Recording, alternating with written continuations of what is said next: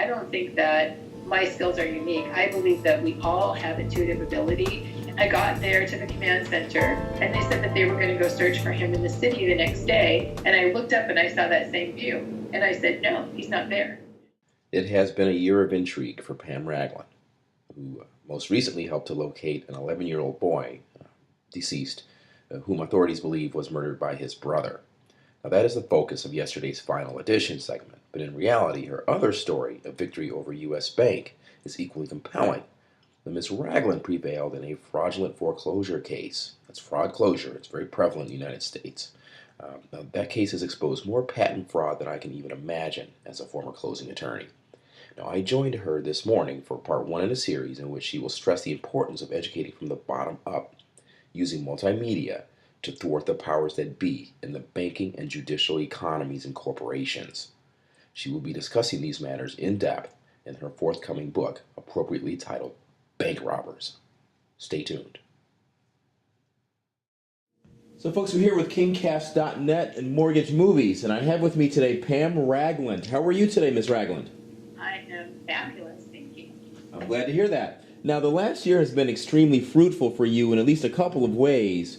Now, what I know is that what you did was you used your powers of intuition to help find a murdered 11-year-old boy, and I believe the authorities have largely credited you with that discovery. So I'm going to have two questions for you on that one. First of all, how long had the boy been missing before you checked in on it? And then second, what to you is the most remarkable thing about that whole event? Right. So the boy had been missing since Saturday night, and I really was trying not to get involved in that because I was actually busy with the discovery for my U.S. Bank case that I know we're going to talk about. And so I really needed to get that done. We had a deadline. And my friend was like, are you going to help with this missing boy? And I'm like, I'm busy. And then she said he's autistic, and I work with autistic kids. And so I, at some point in time, I kind of tuned into it, and I got a vision about what to do. And so when you say Saturday, by what frame of reference, how many days had he been missing? So he had been missing. This was Saturday, and by the time I just kind of even focused on it at all, it was Monday. And then I saw this vision of him. And people have talked about this vision, but this wasn't the only thing that happened. What people don't understand about intuition is that it's like another language. So, and there's many different languages. So you're literally taking what's energy and translating it into words, just like you would take another spoken word and translating it into words. So everybody's not good at everything. But there were three different kinds of intuition that kind of led into that. So one is I saw a vision of him laying under this tree, but I didn't understand it because I was like, why isn't he moving? And I literally saw him by a house, but I erased that from my head because it didn't make sense to me. And then by Tuesday, though, he was still missing. You know, it had been 4 days. And I told my kids, I think we're going to have to go help with this. And we had helped with some missing hikers also in our own local area a couple months before that. So I just said, I think we're going to have to go end up helping. I had called the tip line. They had asked me to come down a couple of times. So I just went there knowing that I needed to go there. So that was one kind of intuition, is I just knew. I saw this vision, another kind of intuition. And the third thing that happened is I have kind of like this internal GPS that's built in that I didn't even really realize I have. But when I look back, I realize it's kicked in at several points in time in my life. So when they said, well, no, and when I said, no, he's not in the city, they said, well, the family wants us to look there. I said, I totally understand that you want to honor the family's wishes. I'm just telling you, he's not there. I'm intuitive and he's not there. And I knew 100% absolute for a matter of fact he was not there. Unlike sometimes I'll get a sense of something and I'm not 100% sure about it. I knew I was 100% sure. Yes, so then yes. They said, well, then where is he? And I thought, good question. Because see, I hadn't thought to ask that question. And a lot of this and in everything we do is asking the right questions. So I literally physically turned my body just 180 degrees from where the city was, and I pointed to this area behind the store that was the command center, and I said, he's behind the store. And it was dark, and it was a rural area, no street lights, and it was hills back there. I had no idea what was back there. I just knew that's where he was. Sure. And they said, well, we've searched, hundreds of times, and we've had, people on horseback. I said, I'm just telling you that's where he is. And I didn't know how far back he was, but I knew he was back there somewhere. So this fireman overheard me, and he said, if I drive you around, will you know where to go? And I said yes, and all of a sudden, again, my intuition kicked in. I didn't know until that moment that I would actually know where to go if he drove me around. And then that's how you found the tree, and then your children found the Right. the head was protruding from the sand, from the sandy area, I think. Right. And, literally, it's funny because we didn't know it was his property. We drove around for a couple of hours. Now, 1,000 searchers had been looking for 4 days for this boy. They'd already been on the property. If I had known it was his property, I might have tucked myself out of it. But I had no idea. I just knew we were trying to get to this particular area. And finally, the only way to get there was through this one property. And we asked for permission. The people were still up. And it turns out it was his house. But again, we didn't know. Went right up there, saw the tree. I smelled something. And we were trying to get to this one area where this tree was kind of like fenced off. And that was, my kids thought it was an animal. Because the guy that was with me had helped in Katrina. And he kept saying, well, that a dead body doesn't smell like that. And I wasn't thinking it was a dead body. I just have this inquisitive mind where when something doesn't make sense, I have to figure it out. I'm like, okay, I smell something and I don't see an animal. What is it? Like, I had to know the answer to that question. And, Sure. Unfortunately, he wasn't. And, when I looked back, I actually had several times when I had a sense that he might not be alive, but I ignored it. I even wrote it in my journal where I get a lot of my intuitive information. I said, is this boy alive and should we help? So I obviously had an inkling about it, but I didn't pay attention. And that's the thing is, like I said, I don't think that my skills are unique. I believe that we all have intuitive ability. And, later on it was that we got, detained because they thought, how did they find them so fast? So we were detained, we were questioned. And at some point in the middle of the night, we were there all night long. The guy and I looked at each other, the fireman, and he's like, I think that was his house. And we're like, really? And then I'm asking questions like who was in the garage? And, because I had seen the partner on TV. So if I had gone to the garage to ask for permission, I would have realized it was his house. But I didn't go, and the guy hadn't seen her, so he didn't know. Neither one of us knew. We just went where I knew we were going.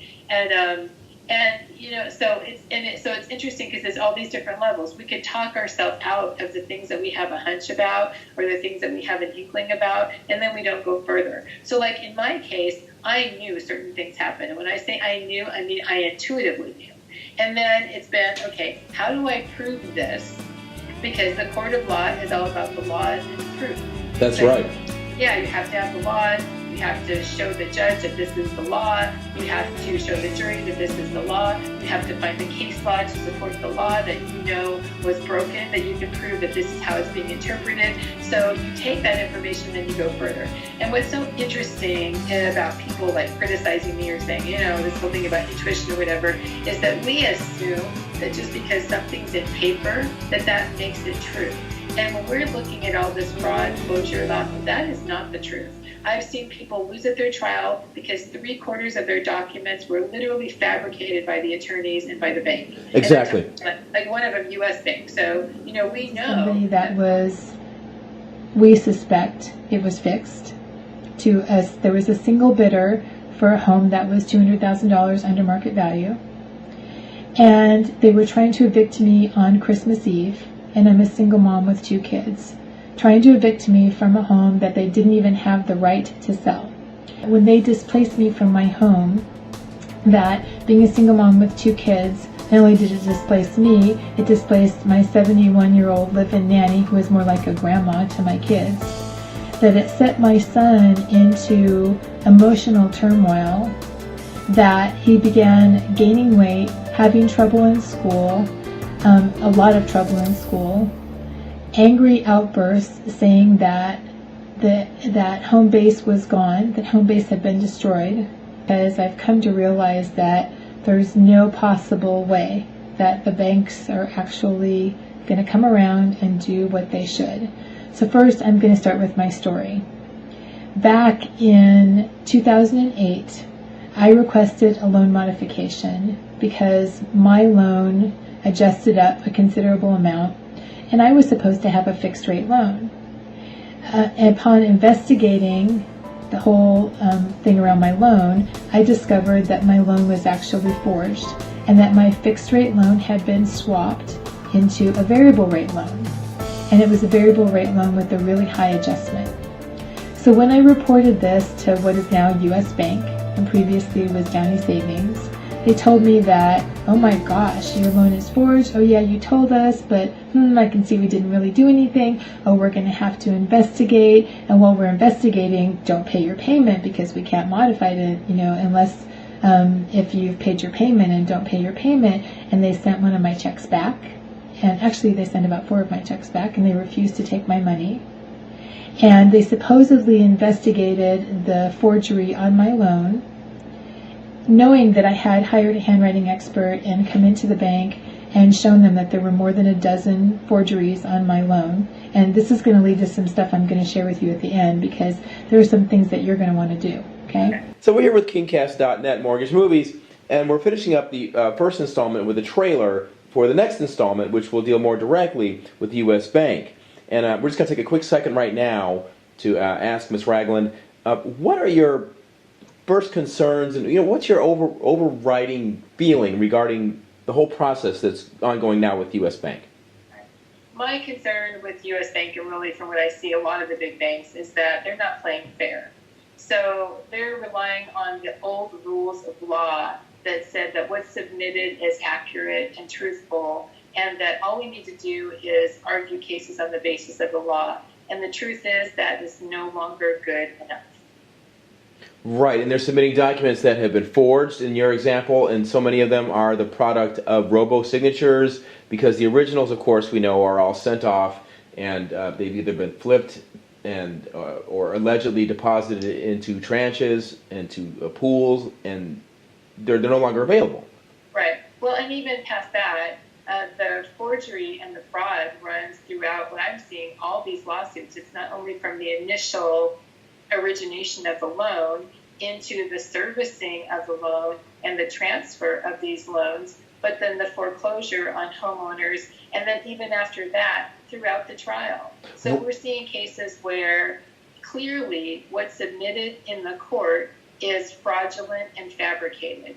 And homeowners and attorneys also are not thinking that these are new rules, and they have to really look at every single document to make sure that everything is accurate and correct, and it's a true representation of what was actually there. That's true. And of course, if you look at the rules of evidence, though, under these circumstances, original documents should be required. So to get around that, we know that they've made phony, fake original notes. I've seen cases with 2 or 3 examples of notes and mortgages that are allegedly originals, all 3 of them. So we see that occur too. But to wind this up quickly, again, as we spoke about earlier, there are 5 ways that the bank makes money off of the innocent homeowner in these situations. First, they flipped your note and securitized it, and they allegedly sold it to a pool pretty much before you even signed the note. Second, they get any payments you've made during the pendency of the mortgage. Third, they get a pay point again when you default and the insurance pays up.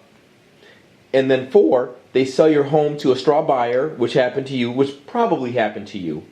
They sell your home to a straw buyer at auction. And then 5, let's not forget, they also collected TARP. Right. Oh, absolutely. You know what I tell people is that I think when people really look at the financials of these banks, they ought to be really shocked and really ticked off at the fact that we gave these banks anything. It's Enron all over again, and before that, it was the S&L scandal of the 80s. Those of us of a certain age remember that. And let's not forget that the insurance company for these fraudulent loans was AIG, who we also bailed out. That's right. Perfect circle. Ms. Ragland, it's been great to speak with you, and we will resume this tomorrow afternoon. Okie dokie. Yes. Cheers. Thanks for having me. Thanks for being.